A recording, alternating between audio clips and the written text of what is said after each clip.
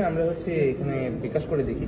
তো আমরা এই নাম্বারে আমাদের প্রোডাক্টের প্রাইস হচ্ছে 10 টাকা, তো ধরা যাক আমরা 12 টাকা বিকাশ করে দেবো। এখন আমরা 12 টাকা সেন্ড মানি করতেছি।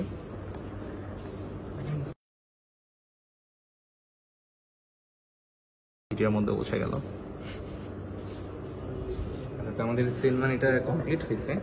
এখন এখানে আমাদের হচ্ছে বিকাশ সার্ভার থেকে এসএমএস এর টাইম না, তো আমরা ওয়েট করি।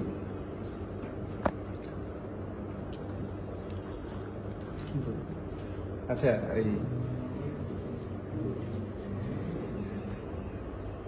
এখানে 12 টাকা হচ্ছে লোড হয়ে গেছে।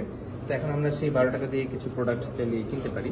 তো আমাদের একটা প্রোডাক্টের প্রাইস হচ্ছে 10 টাকা করে। তো আমরা বাটনটা চাপ দিলে হচ্ছে একটা প্রোডাক্ট পড়লো, তো আমরা এখান থেকে প্রোডাক্ট নিতে পারি। এখন আমাদের ব্যালেন্স 2 টাকা। তো আমি যদি এখন এইটা দিয়ে কিছু কিনতে চাই, নট ইনাফ ব্যালেন্স, কারণ একটা প্রোডাক্ট তো 10 টাকা করে। তো এই পর্যায়ে এসে চাইলে আমি আমার যদি পূর্বের কোনো গিফট কার্ড থেকে যার মধ্যে কিছু টাকা আছে, আমি সেই টাকাটা এখানে অ্যাড করতে পারি। যেটা গিফট কার্ডটা আমি গিফট কার্ডের স্লটে দিয়ে এই যে কার্ড টু মেশিন এই বাটনটা যদি প্রেস করি, তখন কার্ডে টাকাটা এখানে চলে যাবে। 440 টাকা ছিল আগে, তো 442 টাকা হয়ে গেছে। এটা দিয়ে আমি ফার্দার কেনাকাটা করতে পারবো। এরপর ফাইনালি যদি আমার কেনাকাটা শেষ হয়ে যায়, আমি আবার এই টাকাটা আমার কার্ডে নিয়ে ব্যাক করতে পারবো।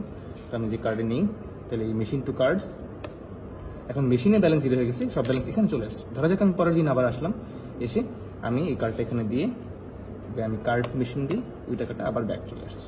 এটা দিয়ে চাইলে আমি আবারও কেনাকাটা করতে পারি।